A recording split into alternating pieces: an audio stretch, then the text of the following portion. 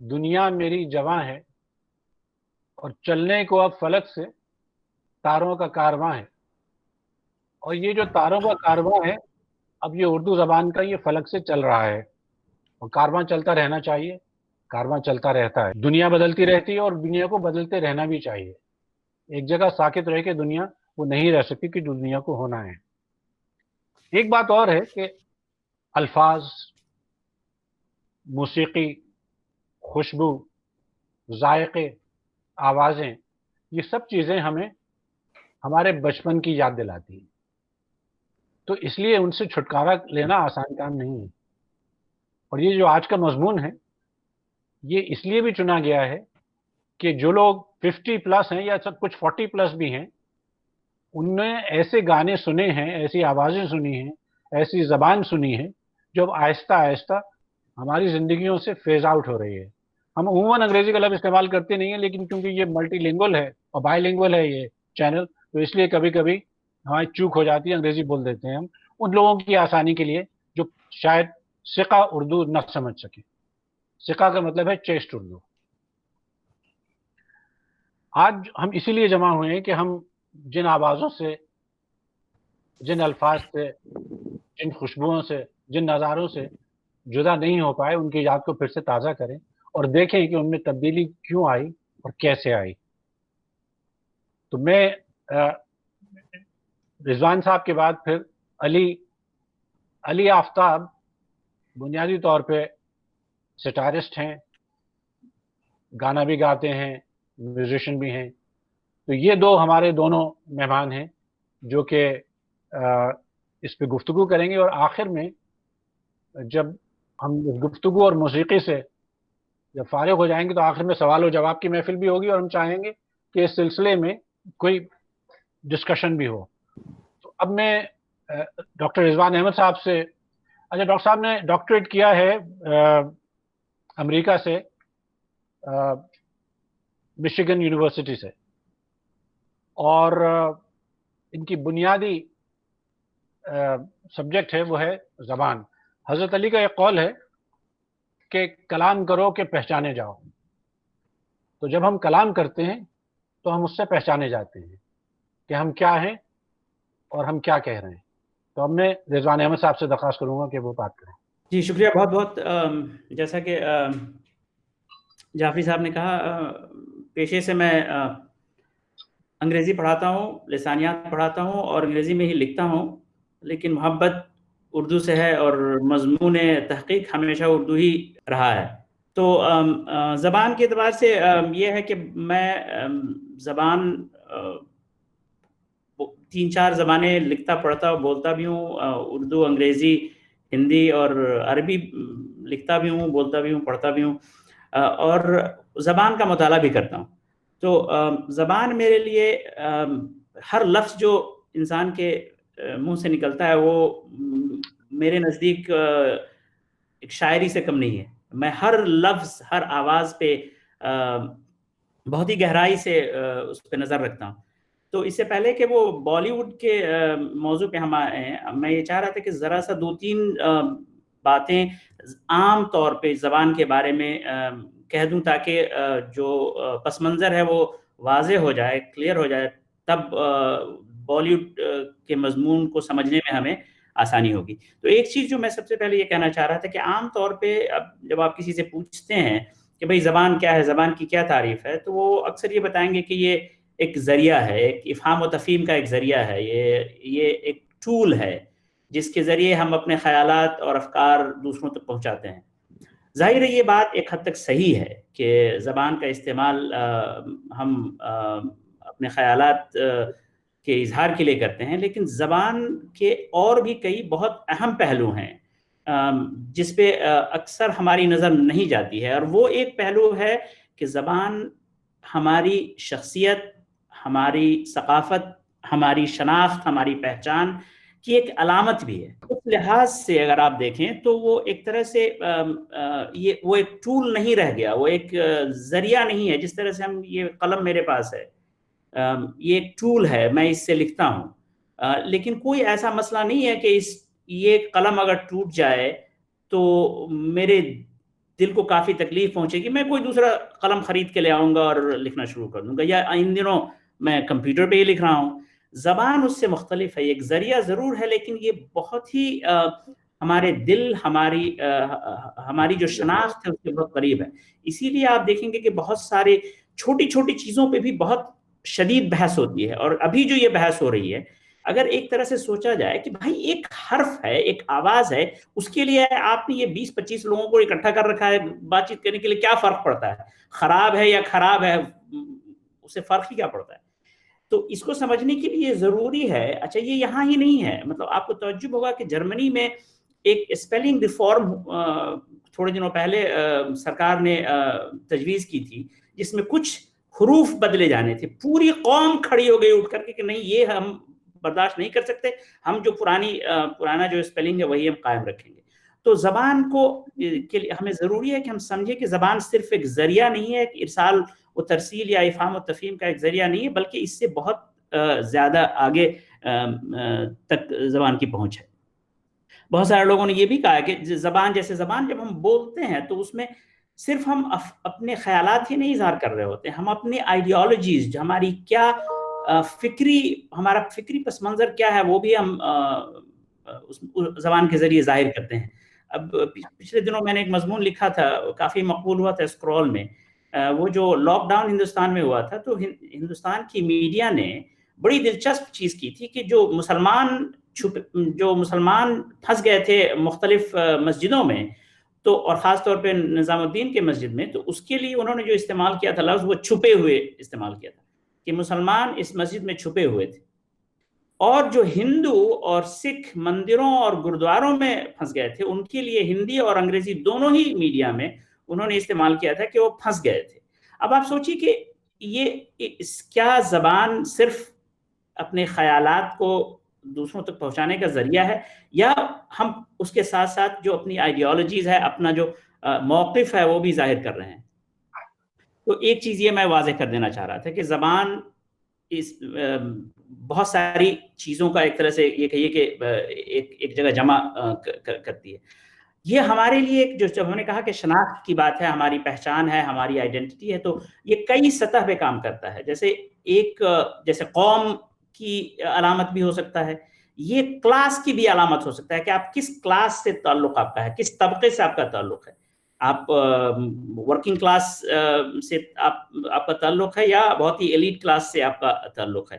آپ کس professional identity سے آپ کا تعلق ہے، کون سا پروفیشن ہے جس سے آپ آتے ہیں۔ جیسے جب میں کلاس میں پڑھانے جاتا ہوں تو میں اپنی پی ایچ ڈی کی ڈگری ان کو نہیں دکھاتا ہوں۔ وہ کیسے یقین کرتے ہیں کہ میرے پاس یقیناً حقیقتاً پی ایچ ڈی ہے؟ وہ زبان سے بھی ظاہر ہوتی ہے، صرف علم سے ہی نہیں۔ تو جو زبان میں کلاس کے اندر استعمال کرتا ہوں، اس سے میں یہ بھی بتانے کی کوشش کرتا ہوں کہ دیکھو میرے پاس پی ایچ ڈی ہے لنگوسٹکس میں، اور وہ زبان سے واضح ہوتی ہے۔ ایک فلم تھی، اگر آپ لوگوں نے دیکھی ہوگی، انگریزی میں ایک فلم تھی مائی فیئر لیڈی، اور بہت مشہور فلم تھی، بہت ایوارڈز وغیرہ اس کو ملے تھے۔ تو اس میں ایک کیریکٹر ہے جو ورکنگ کلاس لیڈی ہے، جو پھول بیچتی ہے اسٹیشن پہ، اس کو ایک لنگوسٹ یہ سکھانے کی کوشش کرتا ہے کہ اپر کلاس کی جو پڑھی لکھی خواتین ہیں وہ کس طرح سے بولتی، اور تو اس کی جو ٹریننگ ہوتی ہے اس میں ایک واول کا مسئلہ ہے بس، اور کچھ اور بھی الفاظ ہیں، جیسے وہ واول کیا ہے، جیسے رین ہے نا، رین اور اسپین، تو اس کو کاکنی میں جو برٹش ورکنگ کلاس کی زبان ہے، اس میں Rhine and spine and mine اس طرح سے پروناؤنس کرتے ہیں۔ تو اس کی ٹریننگ ہوتی ہے کہ وہ کس طرح سے یہ جو تلفظ ہے ان لفظوں کا وہ کرنا چھوڑ دے، چونکہ اگر وہ اپر کلاس کی آئیڈینٹی اختیار کرنا چاہتی ہے تو یہ کافی نہیں ہے کہ وہ صرف اچھے کپڑے پہن لے، اچھی گاڑیوں میں گھومے، بلکہ یہ بھی ضروری ہے کہ وہ زبان وہی بولے جو اپر کلاس کے ایلیٹ انگلینڈ میں بولتے ہیں۔ اچھا یہ سب زبانوں میں ہوتا ہے، یہ صرف انگریزی میں نہیں ہے۔ اردو میں بھی آپ دیکھیں گے کہ پرانی جو فلمیں ہیں اس میں اگر کسی کا کیریکٹر اگر ان کو دکھانا ہے کم پڑھا لکھا انسان ہے، تو اس کے لیے وہ جو الفاظ ہیں وہ بھی بدلے جاتے ہیں، زبان بدلی جاتی ہے، اس کا تلفظ بھی بدلا جاتا ہے۔ ایک فلم تھی 70s میں آئی تھی میرے خیال سے، جس کا گانا تھا نین لڑ گئی ہیں تو منواما کسک ہوئی بے کری۔ اس میں وہ دلیپ کمار پہ فلمائی گئی ہے یہ چیز. تو وہاں پہ آپ دیکھیں گے کہ وہاں پہ 2-3 اردو کے الفاظ آئے ہیں. تو اچھا یہ گانا جو یہ شکیل بدایونی کا لکھا ہوا ہے, تو آپ سمجھ سکتے ہیں کہ کس لیول کے شاعر تھے وہ. اور اس کو گایا کس نے تھا؟ محمد رفیع نے. اور اس کا میوزک نوشاد نے دیا تھا. آپ سمجھ سکتے ہیں کہ یہ تینوں پرفیکشنسٹ بالی ووڈ کے ایک ساتھ تھے. لیکن اس فلم میں چونکہ کیریکٹر دلیپ کمار کا ایک گنوار کا کیریکٹر ہے, اس لیے ان سے گوایا گیا جس میں الفاظ جو تھے جیسے غزل کو گجل کتھا کلامی. یہ بڑی خوبصورت زبان ہے, لیکن آپ اس زبان کو کیا نام دیں گے؟ یہ نین لڑجہیاں والی جو ہے, یہ ایک زبان جی, ایک ڈائلیکٹ تھا. بھوجپوری ہے؟ نہیں, یہ بھوجپوری نہیں ہے. بھوجپوری نہیں ہے یہ. اس کا نام اب دیکھیں, ایک زمانے میں اس میں شاعری ہوتی تھی, لیکن جب وہ یہ کھڑی بولی کا عروج ہوا تو پھر یہ زبان ایک طرح سے پیچھے ہو گئی. میں ابھی اس کا نام میرے ذہن میں آتا ہے تو میں بتا دیتا ہوں. اچھا, میں اب ایک اور قطع کلامی کر رہا ہوں. میں ایک تو یہاں 2 مہمان میں دیکھ رہا ہوں. ایک تو نور ظہیر صاحبہ کا نام دیکھ رہا ہوں. یہ سجاد ظہیر صاحب کی بیٹی ہیں. تو بڑی ہمارے لیے یہ عزت کی بات ہے کہ آپ یہاں تشریف فرما ہیں. بہت بڑے آدمی تھے وہ سجاد ظہیر صاحب. اور ڈاکٹر عارفہ بھی آ گئی ہیں. شی ہیز آلسو جوائنڈ اس. اور قطع کلامی معاف, لیکن میں نے کہا کہ آپ کو تھوڑا سانس لینے کا موقع مل جائے. تو یہ جب آپ کو ذہن میں آ جائے کہ یہ کون سی زبان تھی, اس کو آپ کیا ٹائٹل دیں گے تو پھر بتائیے گا. تو اس کے بعد ہم علی کی طرف آئیں گے. تو آپ جاری رکھیے اپنا. جی, تو یہ خیال رکھا گیا تھا کہ ان الفاظ کا تلفظ اردو کے معیار کے مطابق نہ کیا جائے, چونکہ اس سے وہ جو کلاس اور تعلیمی معیار کا جو کی شناخت ہے وہ مسخ ہو جائے گی. تو اس لیے غزل اور روزگار کو اس میں گایا گیا ہے روزگار. تو زے کو جیم میں تبدیل کیا گیا ہے اور غین کو گاف میں تبدیل کیا گیا ہے. تو یہ اسی طرح سے قاسمی صاحب نے پچھلے دنوں ایک بھجن بھیجا تھا جو بہت مشہور بھجن ہے. اس میں بھی یہ تینوں ٹرائیو تھے. محمد رفیع نے گایا تھا, نوشاد نے میوزک دیا تھا, اور شکیل بدایونی نے وہ بھجن لکھا تھا. اس میں لفظ ہے نظر, جی بالکل وہ ہے ہری درشن کو آج. جی بالکل کرشن جی کا بھجن ہے وہ. جی. تو اس میں جو لفظ نظر آیا تھا اس کو نجر محمد رفیع نے اس کا تلفظ کیا ہے. اب ظاہر ہے یہ غلطی سے نہیں ہوا ہے, یہ اس لیے کیا گیا ہے کہ نجر جب آپ تلفظ کرتے ہیں نظر کا, تو اس سے جو ایک چیز سامنے آتی ہے وہ نظر سے نہیں آ سکتی. وہ جو بھجن ہے وہ جس ژانرا میں یا جس صنف میں لکھا گیا ہے اس میں نظر کا تلفظ نجر ہی ہوتا ہے. لہٰذا یہ مناسب تھا کہ وہاں پہ کیا جائے. تیسری چیز جو میں اس سلسلے میں زبان کے سلسلے میں کہنا چاہ رہا تھا کہ زبانیں تبدیل ہوتی ہیں, زبانوں میں تبدیلیاں آتی ہیں. اگر آپ اردو کو ہی دیکھیں گے تو اردو میں 18ویں صدی 19ویں صدی کلاسیکی اردو دیکھیں گے. انیس الرحمان صاحب تو ماشاءاللہ ریختہ سے جڑے ہوئے ہیں, تو بہت ساری چیزیں میں ریختہ میں بڑی آسانی سے مل جاتی ہے. انہوں نے بہت زبردست کام کیا ہے. تو آپ دیکھ سکتے ہیں کہ کس طرح سے زبان میں تبدیلی ہوئی ہے. میں ایک چھوٹی سی چیز 2-3 مثالیں دینا چاہوں گا. ایک ہے جیسے ہونٹ. اردو میں ہونٹ ٹے کے ساتھ لکھا جاتا ہے اور بولا بھی جاتا ہے, لیکن ہندی میں ٹھا کے ساتھ ہوتا ہے وہ. اسی طرح سے بھوک, اردو میں کاف کے ساتھ لکھتے ہیں اور بولتے بھی ہیں, ہندی میں کھا کے ساتھ لکھتے ہیں اور کھا کے ساتھ بولتے بھی ہیں. آپ کو یہ شاید تعجب ہو جو لوگ نہیں جانتے ہیں کہ 19ویں صدی میں میر تقی میر تک وہ ہونٹ اور بھوک لکھتے تھے. ایک شعر ہے, بہت اچھا شعر ہے, میرے خیال سے میر تقی میر نہیں, یہ میر تقی میر کا نہیں ہے, انہی کے ہم اثر ہیں. ان کا نام ہے ارشد خان قلق. 1820 میں پیدا ہوئے اور 1879 میں ان کا انتقال ہوا. یہ شعر کہتے ہیں, کیوں دابتے ہیں ہونٹ وہ دانتوں میں بار بار, کیوں دابتے ہیں ہونٹ وہ دانتوں میں بار بار, کیا تیغ لب کو آب گوہر میں بجھائیں گے, کیا تیغ لب کو آب گوہر میں بجھائیں گے. اب تشبیہ میں نہیں جاؤں گا اس کے, میں صرف یہ بڑی زبردست تشبیہ اس میں انہوں نے دی ہے, تلوار سے ہونٹوں کی جو تشبیہ دی ہے. لیکن یہ کہ ہونٹ جو ہے نا وہ ٹھا سے لکھا ہوا تھا اس زمانے میں. تو اس طرح کی تبدیلیاں آئی ہیں. اور زبان میں ہمیشہ تبدیلیاں ہوتی رہی ہیں، لیکن اس میں دو قسم کے لوگ عام طور پہ آپ کو ملیں گے. ایسے لوگ بھی ملیں گے جو تبدیلیوں کو کہتے ہیں کہ ٹھیک ہے بھائی، زبان بہت ساری چیزیں بدل گئی، انگریزی جو شیکسپیئر کے زمانے میں بولی جاتی تھی یا لکھی جاتی تھی وہ آج نہیں بولی جا رہی ہے، اردو بھی اسی طرح سے بدل رہی ہے. اور کچھ ایسے بھی لوگ ہیں جو یہ سمجھتے ہیں کہ نہیں، ایک زبان کا ایک معیار ہے، ہمیں اس کو برقرار رکھنا ہے. تو اس سلسلے میں جب ہم بالی ووڈ کے حوالے سے جب بات کرتے ہیں اور خاص طور پہ اردو کی آوازوں کے بارے میں بات کرتے ہیں، تو ہمارے پاس ایک بہت مستند کتاب ہے جو آپ کو، جن لوگوں کو نہیں معلوم ہے ان کو بہت تعجب ہوگا کہ اس شخص نے 1808 میں ان کا نام انشاءاللہ خان انشا تھا. انہوں نے 1808 میں ایک کتاب لکھی، دریائے لطافت. انہوں نے فارسی میں کتاب لکھی تھی جو اردو زبان پہ باقاعدہ پہلی کتاب مانی جاتی ہے. بہت ہی، یہ انسان بہت ذہین تھا. میں اس پہ کچھ ابھی ایک دو پیپر لکھنا چاہ رہا ہوں. تو آپ کو تجربہ کہ اس شخص نے اس وقت شاعر بھی تھے، یہ انشاءاللہ خان انشاء شاعر بھی تھے اور ظاہر شاعر بھی نہیں، بہت بڑے شاعر تھے. بہت بڑے شاعر تھے. جی لطافت اس بڑے رانا کی دیکھی ہو انشا کہ چھوئے جو باد صبا بھی تو رنگ ہو میلا. جی یہ بھی شعر لیجئے کہ کمر باندھے ہوئے چلنے کو یہاں سب یار بیٹھے ہیں، آگے گئے باقی جو ہیں تیار بیٹھے ہیں. کہاں گردش فلک کی چین دیتی ہے سنا انشا، غنیمت ہے کہ ہم صورت یہاں دو چار بیٹھے ہیں. میں نے خاص طور سے اس لیے چنا ہے کہ اس کی تشبیہ جس موضوع پہ ہم گفتگو کر رہے ہیں اس سے بھی ملتی جلتی ہے. آپ کو شاید گفتگو کے اختتام تک اندازہ ہو جائے گا. یہ آخری شعر انہی کا ہے، وہ اس نسبت سے بھی بہت اہم ہے کہ گلے میں ڈال کر زنار قشقہ کھینچے ماتھے پر، برہمن بنی اور تحفے درے بیت الصنم کیجئے. تو انہوں نے دیکھیے دونوں ہی چیز کے، کچھ ایسے لوگ ہیں جو چیزوں کو برقرار رکھے ہوئے ہیں اور کچھ ایسے بھی ہیں جو ضرورت پڑی، مصلحت آئی تو زنار اور قشقہ کھینچ کر اپنے مصلحت کی بات بھی کر رہے ہیں. تو زبان کے حوالے سے بھی یہ دونوں چیزیں آپ کو دکھیں گی.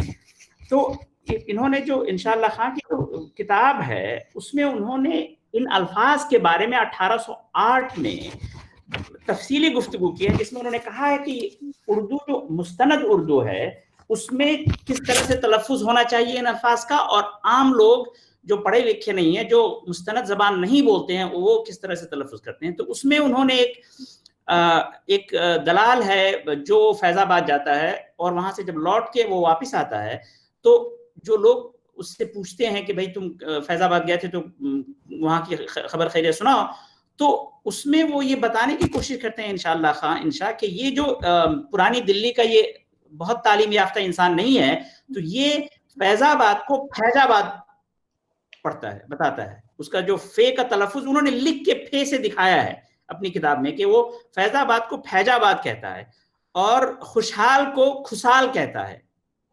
اور اسی طرح سے اور دوسرے الفاظ کے بارے میں انہوں نے کہا. انہوں نے بہت تعجب ہوگا آپ کو کہ انہوں نے ایک پورا ایک سیکشن ہے مغل پورا والوں کی زبان، جس میں انہوں نے کہا ہے کہ جو پنجاب سے جن لوگوں کا تعلق ہے وہ اردو کو کس طرح سے تلفظ ادا کرتے ہیں. اور اس میں بہت دلچسپ چیز ہے، سوچیے کہ 1808 میں یہ شخص لکھ رہا ہے، 1808 سے پہلے کی کتاب ہے. تو یہ کہتا ہے کہ یہ جو ہے یہ پنجاب کے جو لوگ ہیں یہ لاہور کو لاہور بولتے ہیں. وہ بات صحیح ہے، آج تک آپ سنیں گے پنجاب والے لاہور کو لاہور بولتے ہیں. تو انہوں نے لکھ کے دکھایا ہے کہ بغیر الف کے لام ہے واو رے، اور قاف کے سلسلے میں انہوں نے کہا ہے کہ ہر لفظ کو جس میں رضوان صاحب تھوڑی سی قطع کلامی ہو رہی ہے. وہ لاہور جو بولتے ہیں وہ غالباً صحیح بولتے ہیں، لاہور شاید غلط ہو، کیونکہ رام چندر جی کے بیٹے جو تھے لوہ، ان کے نام پہ لاہور کا نام رکھا گیا ہے. تو شاید لاہور کا لاہور صحیح ہو شاید، تو ہمیں اس کو رد بھی نہیں کر دینا چاہیے. میں تو لاہوری ہوں اس لیے کہہ رہا ہوں.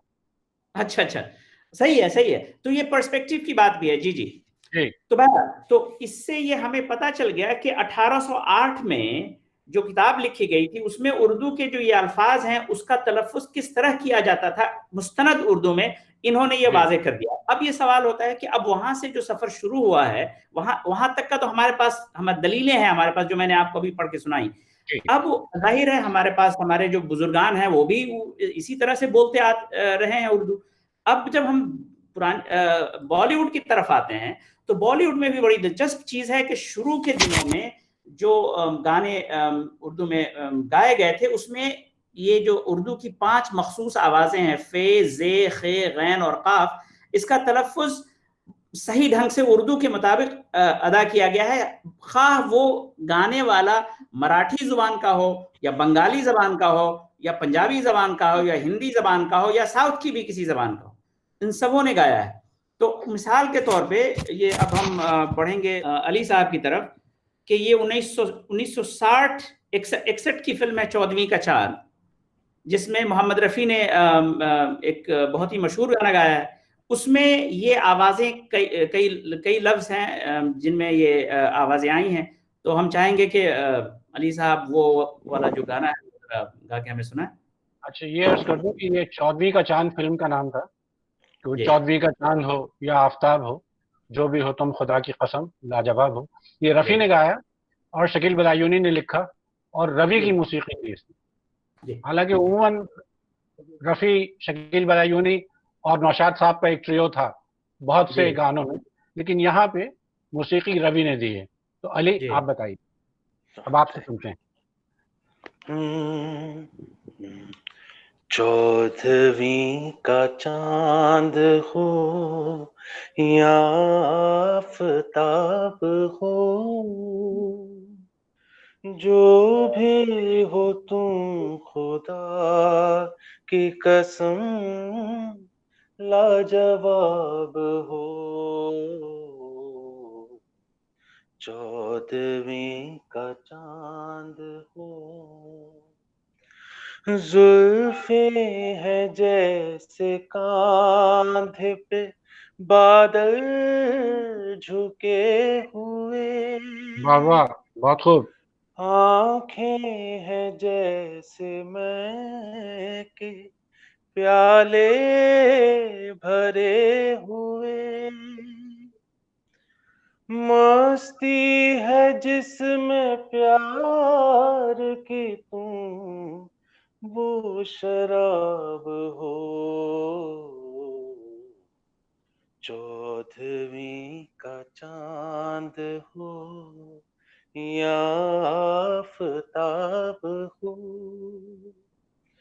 جو بھی ہو تم خدا کی قسم لاجواب ہو۔ بہت خوب۔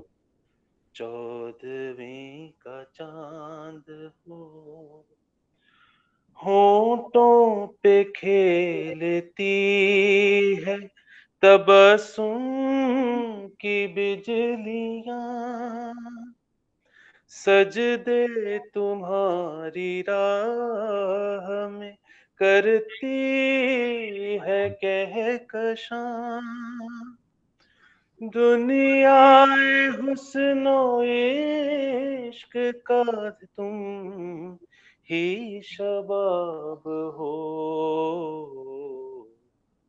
14ویں کا چاند ہو۔ بہت خوب، بہت خوب، بہت خوب۔ واہ واہ۔ بھائی آپ نے ایک مصرع پڑھا کہ سجدے تمہاری راہ میں کرتی ہے کہکشاں۔ میں ایک بات کا عرض کر دوں کہ میری بیگم کا نام کہکشاں ہے، اور یہ بالکل حقیقت میں مبنی نہیں ہے، یہ صرف شاعری ہے۔ اب ہم آتے ہیں ڈاکٹر صاحب آپ کی طرف، اس سے پہلے کہ ہم علی سے کچھ اور سنیں، اب آپ اپنے آ جائیے 1980 1970 کی طرف آئیں گے۔ اب آپ 1960 کا ہم نے ایک سن لیا۔ جی ہاں، تو میں نے ایک ریسرچ میں کیا گیا کہ یہ جو گانے تھے، یہ ظاہر ہے سارے گانوں کا مطالعہ کرنا تو بہت مشکل ہے، تو وہ جو فلم فیئر ایوارڈز کے لیے نامنیٹ ہوئے تھے جو گانے، انہی کا میں نے مطالعہ کیا، اور ہر 10 سال کی مدت سے 1960 سے میں نے شروع کیا، بلکہ 59 سے شروع کیا یہودی فلم سے۔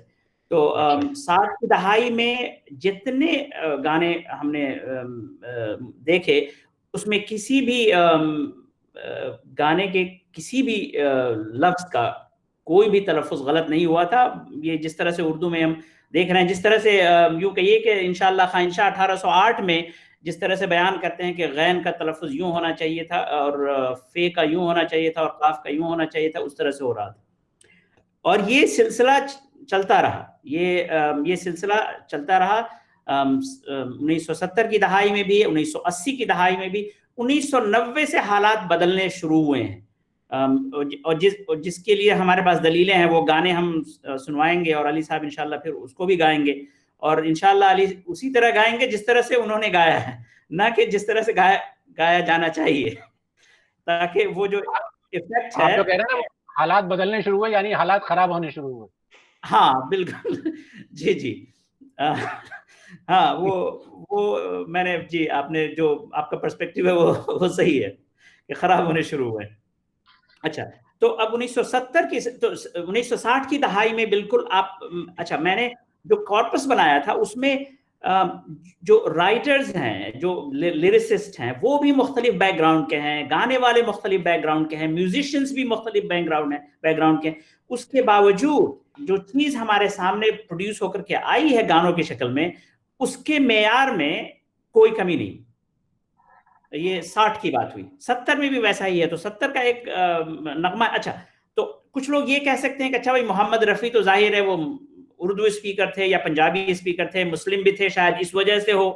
تو اس لیے دوسرا گانا جو میں نے انتخاب کیا ہے وہ کشور اور لتا نے گایا ہے, یا دونوں ہی کی دونوں کی زبان, کشور کی مادری زبان بنگالی تھی اور لتا منگیشکر کی مادری زبان مراٹھی تھی, اور ظاہر دونوں مسلمان نہیں.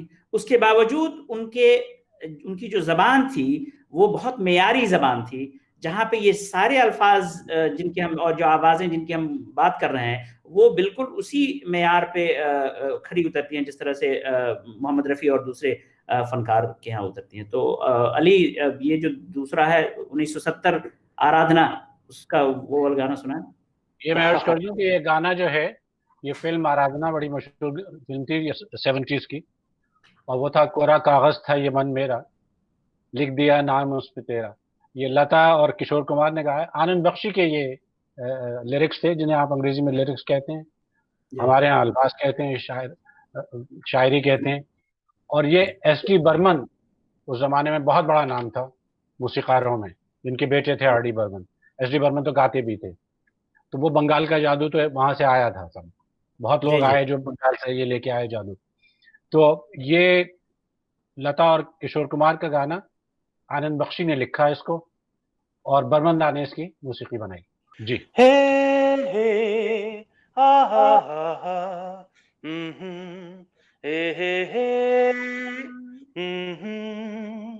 کورا کاغذ تھا یہ من میرا, لکھ دیا نام اس پہ تیرا, سونا آنگن تھا جیون میرا, بس گیا پیار جس میں تیرا, ٹوٹ نہ جائے سپنے میں ڈرتا ہوں, نس دن سپنوں میں دیکھا کرتا ہوں, نینا کجرارے متوارے یہ اشارے, خالی درپن تھا یہ من میرا, رچ گیا روپ اس میں تیرا, کورا کاغذ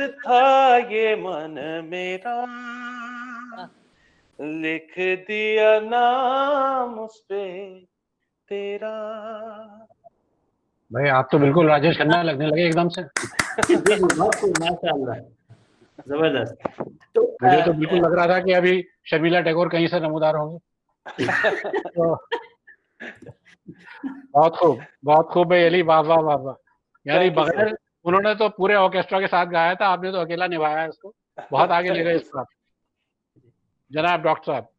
جی, تو اگر اس گانے میں بھی آپ دیکھیں گے تو آپ دیکھیں گے کہ 3 الفاظ ہیں جن میں یہ جو آوازیں, ہم جس اردو کی آوازوں کی بات کر رہے ہیں جو ناپید ہوتی جا رہی ہیں بالی ووڈ سے, تو کاغذ میں غین ہے, جو اردو میں ہندی سے مختلف تلفظ جس کا ہوتا ہے, وہ ہم کاغذ کہتے ہیں, ہم کاغذ نہیں کہتے ہیں یا کاغذ نہیں کہتے ہیں.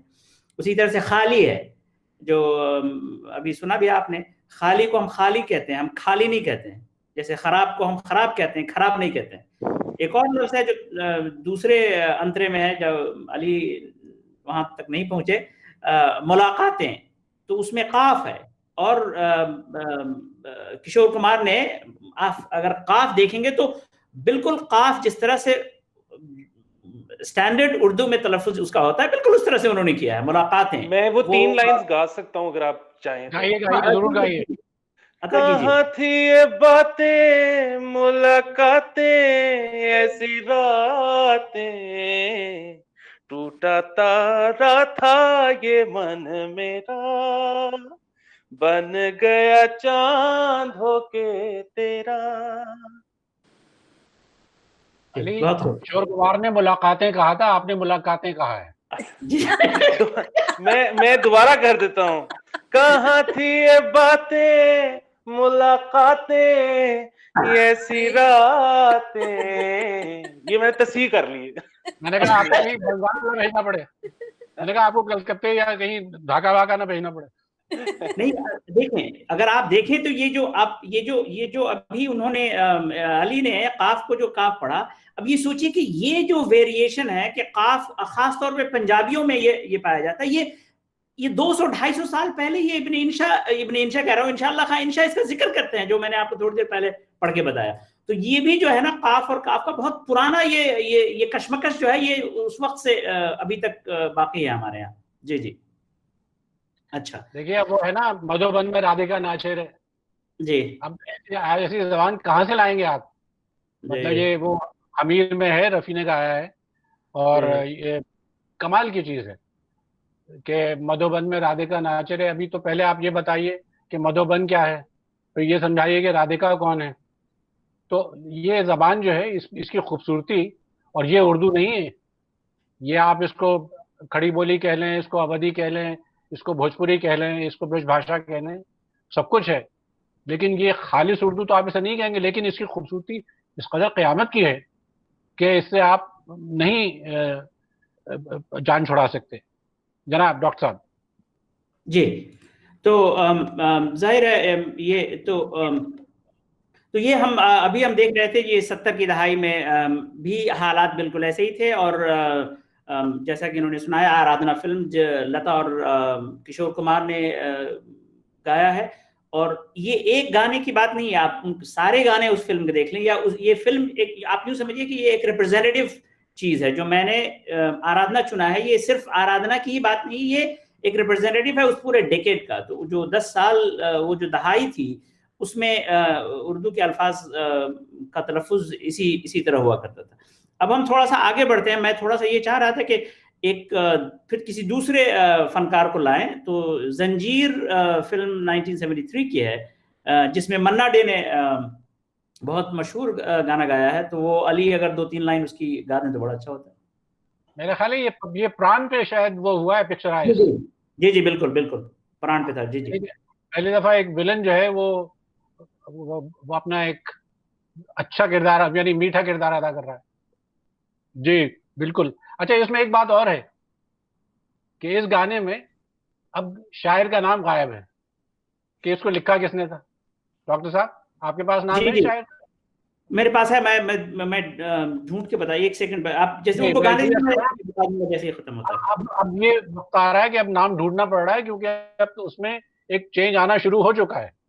اب نام ڈھونڈنے سے مل رہا ہے. پہلے نام مل جاتا تھا, شکیل بدایونی وہیں بیٹھے تھے, آنند بخشی تھے وہاں پہ, اور یہ گانا چھوٹا گانا نہیں, بڑا گانا ہے. یہ یاری ہے ایمان میرا, یار میری بندگی.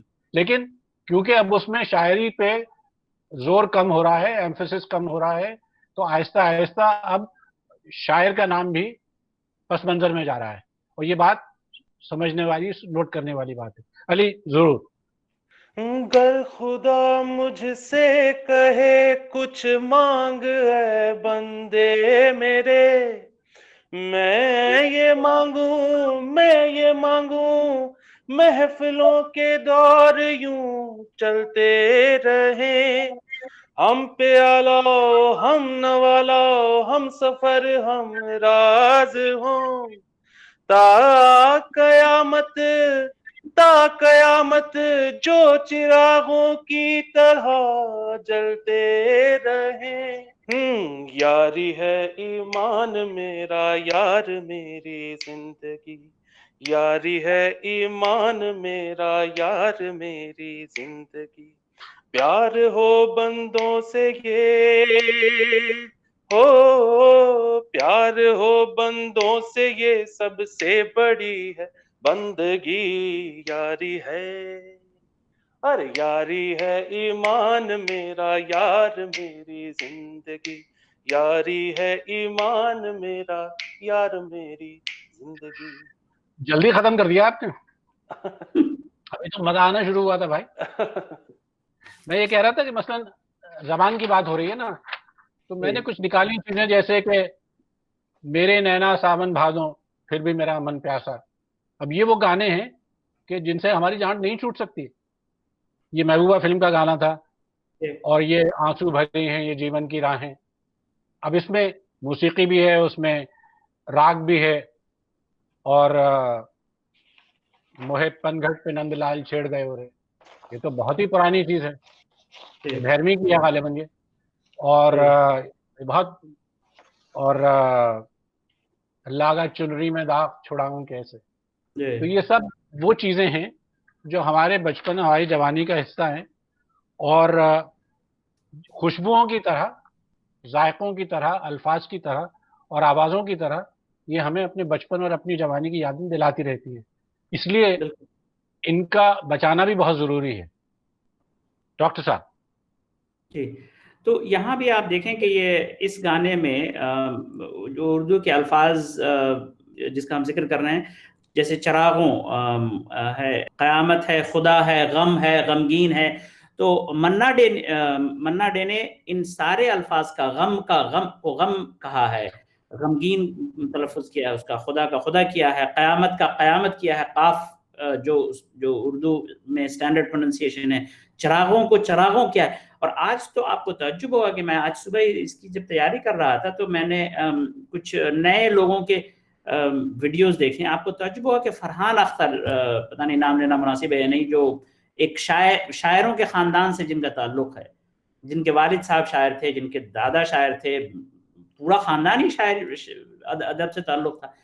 وہ جناب جب انٹرویو کرتے ہیں ریڈیو ٹی وی پہ تو ان کے ہاں تلفظ کی غلطیاں آ گئی ہیں, تو وہ طریقہ کو قاف کو کاف کہتے ہیں, خے کو بھی کھے کی شکل میں ادا کرتے ہیں. تو اس طرح کی تبدیلیاں جب سوچئے کہ اس طرح کے گھرانے میں پلے ہوئے بچوں کے ساتھ آئیے. پچھلے دنوں یہاں دوحہ میں ایک مشاعرہ ہوا تھا جس میں راحت اندوری اپنے صاحبزادے کو لے کر آئے تھے, تو اور شعر انہوں نے مشاعرے میں شرکت کی اور کچھ شعر پڑھے. تو مجھے تعجب اس بات کا ہوا کہ جس کا باپ شاعر ہے اور وہ خود بھی اپنے آپ کو شاعر کلیم کرتا ہے, اس کے ہاں تلفظ کی اتنی خرابیاں تھی کہ میں کیا بتاؤں. میں کہ وہ لڑکا اردو میں شاعری پڑھ رہا ہے, اردو میں غزلیں پڑھ رہا ہے, لیکن وہ اردو کے جو الفاظ ہیں اس کی ادائیگی صحیح سے نہیں ہو پا رہی تھی اس سے. تو بہرحال تو یہ تو تبدیلیاں آ رہی ہیں. بہرحال تو اب یہ ایک بات عرض کرنا چاہ رہا تھا اس سلسلے میں کہ اس میں فرحان کا قصور نہیں ہے.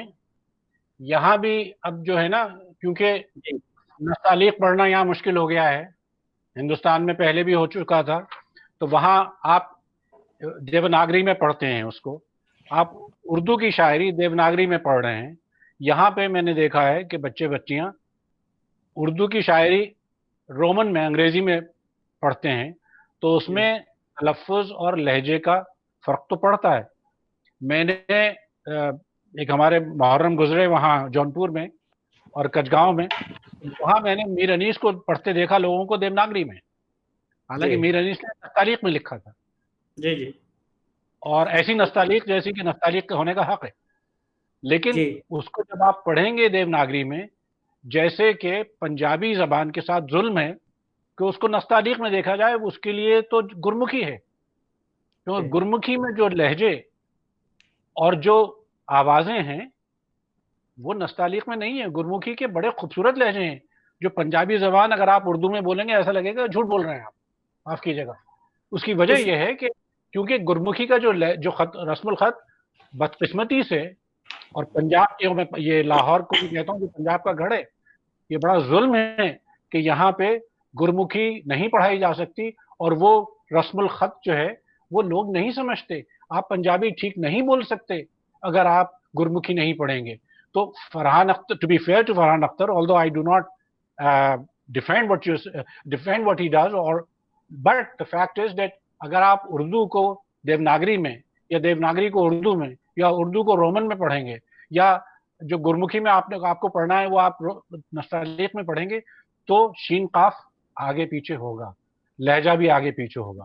اور پنجابی لہجے کی زبان ہے جس کے لیے گرمکھی خط بہت ضروری ہے. جی سمینہ, آپ کچھ کہنا چاہ رہی ہیں؟ جی قاسم صاحب, میں بس اس میں ایک چھوٹا سا جوائے آف اردو کا, یہی جو آپ بات کر رہے ہیں, جو ہمارے world wide reading group initiative تھا وہ اس طرح سے ہم نے شروع کیا کچھ سال پہلے, کیوں وہ یہی چیز تھی کہ جو Nastaliq is not sorry bilingual organisation, اس لیے انگریزی بھی بولوں گی, it's not inherently difficult to read, لیکن ہم جب we don't see it around us, ہمیں کہیں نظر ہی نہیں آتی تو ہم نستعلیق دیکھتے ہی نہیں ہیں, تو ہمیں لگتا ہے کہ یار یہ تو بہت مشکل ہے. جب میں نے عربی 13 سال پہلے عربی سیکھنا شروع کی تھی, اور ویسے تو وہ فارسی نستعلیق اس طرح سے نہیں ہے, but still the letters became familiar.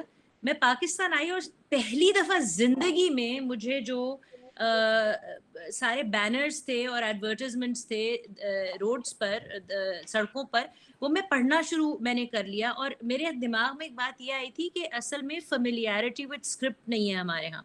اور پھر بڑی ایک افسوس کی بات تھی کہ جو آپ کے ایڈورٹائزرز ہیں انہوں نے اب اردو میں بڑے بڑے بل بورڈز اور اشتہار بنانا چھوڑ دیے. آپ کے ٹیکسٹ پہ بھی لوگ جو ہیں وہ انگریزی میں لکھتے ہیں, تو آپ کو جو نستعلیق کی اسکرپٹ ہے وہ نظر ہی نہیں آ رہی. اور روس میں رہتے ہوئے میں نے یہی دیکھا کہ ایک اسکرپٹ ہے سرلک ان کی, جو کہ زندگی میں نے کبھی نہیں پڑھی تھی, اور میں 2 ہفتے کے اندر چاہے مجھے سمجھ آئے یا نہ آئے وہ میں پڑھنا شروع کر دیا. اور میں نے جہاں پہ عربی بھی سیکھی, اردو بھی سیکھی ہے, اردو میں کیوں نہیں پڑھ سکتی. تو یہ بات جو ریڈنگ گروپ سے شروع جہاں سے ہوئی تھی وہ یہ تھی کہ فیملیئرٹی ود اسکرپٹ, جو آپ ریڈنگ گروپس میں صرف بیٹھ کے پڑھیں گے, but with in 2nd 3rd session لوگوں کا فیڈ بیک یہ تھا کہ بھائی ہماری جو پڑھنے کی روانی ہے یا اس میں جو فلوئنسی ہے وہ بڑھ گئی ہے. تو یو آر ایبسلیوٹلی رائٹ, رسم الخط بہت ضروری چیز ہے. ابھی somebody sends us a poem that they have written اور وہ انگریزی میں لکھ رہے ہیں, it's great کہ they keeping in touch with Urdu, but the point is اگر وہ اس کو KH لکھیں گے ایونچولی وہ خراب ہی بولیں گے, because you know it's a different sound than کاف اور ہے جو خے کا ساؤنڈ. اس میں تھوڑی سی پیچیدگی ہے, چونکہ زبان جو ہے نا, میں نے پرانی دلی میں اپنے فیلڈ ریسرچ کی تھی. آپ کو تعجب ہوگا کہ ایسے لوگ جنہیں دستخط کرنا نہیں آتا, وہ بالکل کبھی مدرسے میں گئے ہی نہیں ہیں, لیکن ان کے تلفظ میں کوئی مسئلہ نہیں تھا. تو زبان جب ہم سیکھتے ہیں تو پہلے ہم سیکھتے ہیں بولنا. آپ یہ دیکھیں بچے جب بڑے ہوتے ہیں تو 5 سال 6 سال تک تو اس کو لکھنا نہیں آتا, وہ سن کے زبان سیکھتا ہے. اور اسی لیے کوئی ضروری نہیں ہے کہ اگر آپ پڑھنا, بالکل اس میں کوئی شک نہیں, میں یہ نہیں کہہ رہا ہوں کہ رسم الخط نہیں سیکھنا چاہیے, رسم الخط بالکل سیکھنا چاہیے, لیکن یہ جو گراوٹ آئی ہے نا, یہ گراوٹ اس لیے نہیں آئی ہے کہ رسم الخط کا مسئلہ ہے چونکہ لوگوں نے ہندی میں لکھنا شروع کر دیا. میں نے تو پرانی دلی میں ایسے لوگوں کے انٹرویوز کیے ہیں جو نئے جنریشن کے ہیں, جو اردو میں MA کر رہے ہیں اور ان کے ہاں اردو میں ہی ساری کتابیں پڑھیں, ان کے تلفظ بھی غلط ہے. تو دیکھیے بات یہ ہے کہ کئی شاعر تھے, کئی بڑے شاعر تھے اردو زبان کے جو بالکل پڑھے لکھے نہیں تھے, امید تھے, بالکل پڑھے لکھے نہیں تھے, اسکول تک نہیں گئے تھے, اور کوئی ان کی وہ نہیں تھی اسکولنگ, لیکن اچھے شاعر تھے, برے شاعر نہیں تھے. جی علی کچھ کہنا چاہ رہے تھے. جی میں اس میں تھوڑی سی بات یہ ایڈ کرنا چاہ رہا تھا کہ مسئلہ اب یہ بھی نہیں ہے کہ ٹھیک پروننسیشن کا پتہ نہیں ہے, مسئلہ یہ ہے کہ وہ جو ٹھیک پروننسیشن ہے وہ اب کول نہیں ہے. یہ بالکل ایسے ہے کہ آنند بخشی صاحب اپنے جب تک زندہ رہے, ارلی 2000s میں ان کا انتقال ہوا, اینڈ تک کام بھی کرتے رہے, اور ہزاروں گانے لکھ چکنے کے باوجود وہ اپنے ہر گانے کی ریکارڈنگ پر موجود ہوتے تھے, اور وہ اسی لیے موجود ہوتے تھے کہ کہیں پہ پروننسیشن کا کوئی مسئلہ آئے, کہیں پہ کوئی لفظ پھنسے تو وہ اس کی ادائیگی کروا دیں. لیکن مسئلہ یہ ہے کہ اگر آج آنند بخشی صاحب زندہ ہوتے بھی تو وہ یہ نہ کرتے.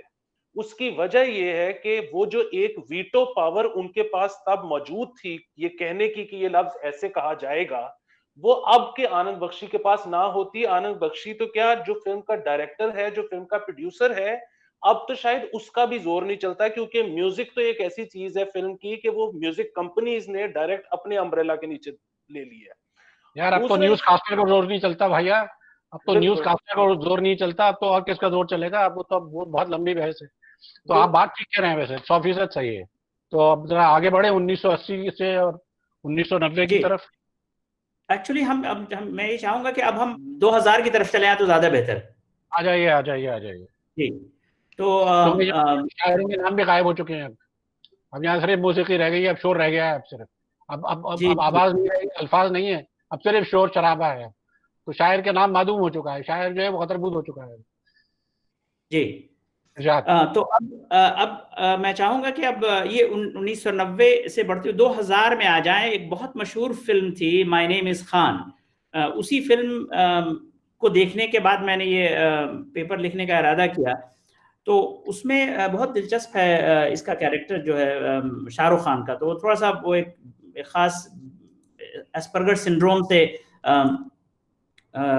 کا وہ مریض ہے. تو وہ انسسٹ کرتا ہے کئی دفعہ, جب اس سے پوچھا جاتا ہے کہ تمہارا نام کیا ہے, رضوان خان, تو وہ کہتا ہے کہ میرا نام خان. جب اس کا کاجول غلط تلفظ کرتی ہے, یا ایک لڑکا کوئی چھوٹا سا بچہ بھی, وہ بھی جب وہ کہتا ہے خان, تو وہ کہتا ہے نہیں, it's not Khan, it is Khan, it's it's Khan from the epiglottis. اور یہی لفظ وہ یہیں سے لے کر کے میں نے اس اپنے ریسرچ پیپر کا ٹائٹل بھی دیا ہے, مائی نیم از خان فرام دی ایپیگلوٹس. تو اس فلم میں ایک گانا بہت مشہور ہوا, اور فلم بھی کافی مشہور ہوئی, بہت سارے ایوارڈز ملے اس کو, جس میں ایک اردو کے الفاظ ہیں نور خدا, جو وہ گانے کا ریفرین ہے, تو 20-25 دفعہ وہ ایک گانے میں کہا گیا ہے. اور آج کچھ دفعہ تو وہ صحیح تلفظ ہوا ہے اس کا, اور کچھ دفعہ خدا کا تلفظ بھی ہوا ہے. تو اچھا, اس کے گانے والے بہت مشہور تو نہیں ہے, ظاہر ہے وہ پرانے لوگ تو چلے گئے, لیکن اس میں کئی لوگوں نے گایا. عدنان سامی, شنکر مہادیون اور شریا گھوشال, ان تینوں نے اکٹھے اس گانے کو گایا ہے. اور اس میں خدا, خوابوں اور خالی, یہ 3 الفاذ ہیں جہاں خے کا تلفظ صحیح, کچھ دفعہ تو صحیح ہوا ہے, لیکن زیادہ سے دفعہ صحیح نہیں ہوا. تو اگر وہ آپ تو ذرا سننے کا موقع. وہ عدنان سامی نہیں ہے, عدنان سمی ہے. ہمارے سامی صاحب ایک کلاسیکی گائک ہیں, وہ بڑے گائک ہیں. تو میں نے کہا کہ ان کے ساتھ زیادتی نہ ہو جائے, اور عدنان سمی کے ساتھ بھی نہیں, لیکن یہ کہ عدنان سمی کا نام. نور خدا, نور خدا, اجنبی موڑ ہے, خوف ہر شور ہے, ہر نظر پہ دھواں چھا گیا, پل بھر میں جانے کیا ہو گیا, آسمان سرد ہے, آہیں بھی سرد ہے, تن سے سایہ جدا ہو گیا, پل بھر میں جانے کیا ہو گیا, نور خدا, نور خدا, تو چھپا کہاں ہے ہمیں یہ بتا, نور خدا, نور خدا, یوں نہ ہم سے نظریں پھرا, نور خدا, نور خدا, تو کہاں چھپا ہے ہمیں یہ بتا, نور خدا, او نور خدا, یوں نہ ہم سے نظریں پھرا, نور خدا. یہ بات کروں کہ اس زمانے میں جو میوزک ڈائریکٹرز تھے, جیسے نوشاد تھے, نوشاد نے باقاعدہ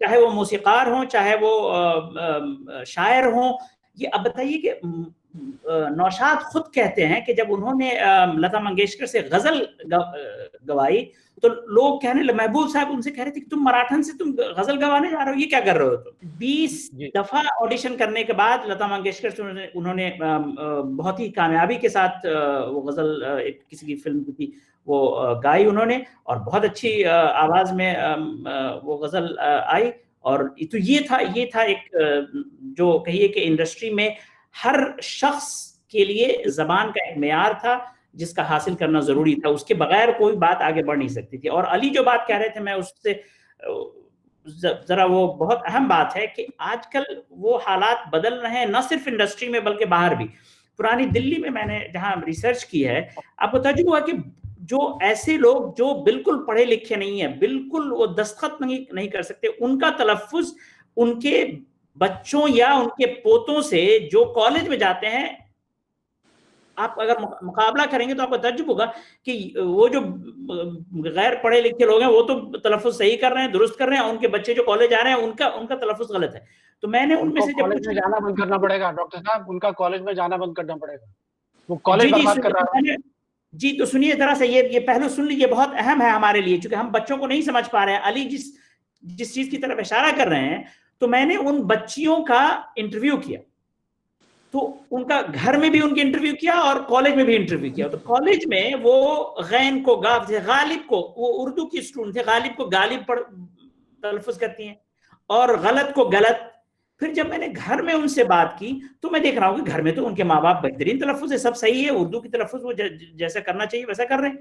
تو پھر میں نے ان سے پوچھا, تو اس کی چھوٹی بہن تھی, اس نے ایک بہت دلچسپ چیز کہی جس نے میری آنکھیں کھول دی ایک طرح سے. اس نے کہا کہ غلط آج کل کول ہے. وہ انہوں نے کہا, یہ جو آپ نے بات کہی علی صاحب, اس نے کہا کہ غلط آج کل کول ہے. تو ان لڑکیوں کو ایسا نہیں ہے کہ انہیں نہیں آتا ہے غلط تلفظ کرنا, یہ غلط تلفظ کرنا جانتی تھیں, اور بلکہ گھر میں اپنے والدین کے ساتھ وہ غین کا تلفظ درست کرتی تھی. لیکن چونکہ وہ باہر جب جاتی ہیں تو وہاں پہ وہ غین جو ہے نا وہ کول نہیں رہا, خیق کول نہیں رہا, اس لیے وہ اس کا غلط تلفظ کرتی ہیں. تو یہ ایک پہلو ہے جو بہت اہم ہے, ہمیں سمجھنا چاہیے. کول اور ہاٹ کا مطلب ایک ہی ہو گیا ہے, اب جو کول ہے وہی ہاٹ بھی ہے آج کل. دیکھیے اس میں ایک چیز میں ایڈ کرنا چاہوں گا, اور وہ یہ کہ یہ نور خدا ہم نے گایا, عدنان سمیع صاحب کا جو پہلا سب سے چیز ہٹ ہوئی تھی وہ حمد تھی, اے خدا اے خدا. تو ان کو پتہ ہے خدا کیسے کہتے ہیں. میں آپ کو شنکر مہادیون اور شریا کی ایسی چیزیں سنوا سکتا ہوں جس میں انہوں نے خدا بالکل ٹھیک کہا ہے, ان کو بھی یہ پتہ ہے. دیکھیے پرابلم یہ ہوتا ہے کہ پہلے فلم سے ریلیٹڈ جتنے لوگ تھے وہ اپنا بیسٹ کام پروڈیوس کرتے تھے. وہ جو بیسٹ کام تھا وہ ظاہر ہے آڈینس کے معیار سے بہتر ہوتا تھا, لیکن آڈینس کو اپنا معیار تھوڑا سا اوپر لے کے آنا پڑتا تھا ان کی فلم کے لیے. اب ہو یہ گیا ہے کہ ہر کوئی اپنا کام ڈیٹیریٹ کر کے پروڈیوس کرتا ہے تاکہ عوام تک پہنچ سکے. اب جو ہے عوام اوپر نہیں اٹھتی, اور اس کی بہت اچھی اگزامپل جو ہے نا وہ ڈیوڈ بوئی نے دی تھی. 1995 کا اس کا ایک انٹرویو ہے جس میں انٹرویو اس سے پوچھ رہا ہے کہ آپ تو بڑے خوش ہوں گے کہ سوشل میڈیا انٹرنیٹ آ رہا ہے, تو ریکارڈ لیبل بیچ میں سے نکل جائے گا, آپ ڈائریکٹ ہو جائیں گے آڈینس کے ساتھ, اور بہت آپ پیسے بھی کمائیں گے, ریچ بھی بڑھ جائے گی, خرچہ بھی کم ہوگا. اس نے 1995 میں کہا کہ میں بہت پریشان ہوں. اس نے کہا جی پریشانی والی کیا بات ہے؟ اس نے کہا مجھے سمجھ نہیں آ رہی کہ جب کنزیومر خود پبلشر بنے گا تو کیا ہوگا. اب ہوا یہ ہے کہ from Facebook to TikTok to everything, every consumer is a publisher. اب ہو کیا رہا ہے کہ اس وقت آپ جب فلم بھی بناتے ہیں تو فلم کی پروموشن کس طرح ہوتی ہے؟ پروموشن اس طرح سے ڈیزائن ہوتی ہے کہ وہ کتنی انٹریکٹیو ہے. آپ نے اگر آج ایک چیز پہ پیسے لگائے, چاہے وہ فلم تھا, چاہے جنگل تھا, چاہے ڈراما تھا, اور اس میں آپ نے کوئی تربیت کرنے کی کوشش, مطلب آپ نے کہیں یہ دے دیا تاثر کہ میں تمہیں ٹھیک کر رہا ہوں, تو وہ تو کوئی خریدے گا ہی نہیں. تو آپ نے ان کے ساتھ ملنا ہے, آپ نے ان کو ٹھیک نہیں کرنا. اب یہ جو نئی ایک مارکیٹنگ اسٹریٹجی ہے, کیمپین ہے, فلم بھی ایسے ہی بنتی ہے, گانا بھی ایسے ہی بنتا ہے. دیکھیے صاحب بات یہ ہے کہ ہم نے غالب کو بھی نہیں بخشا, اور غالب کو تو خیر کوتوال نے بھی نہیں بخشا تھا, لیکن ہم نے کوتوال سے زیادہ بری کی دلی کے کوتوال سے. اب غالب کا ایک بہت بڑا شعر ہے کہ دیکھو تو دل فریبی ہے انداز نقشے پر, دیکھو تو دل فریبی ہے انداز نقشے پر,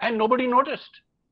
So the gentleman who had recorded this had happened to be a friend, and I said, listen, please do what you like, but please leave Ghalib alone.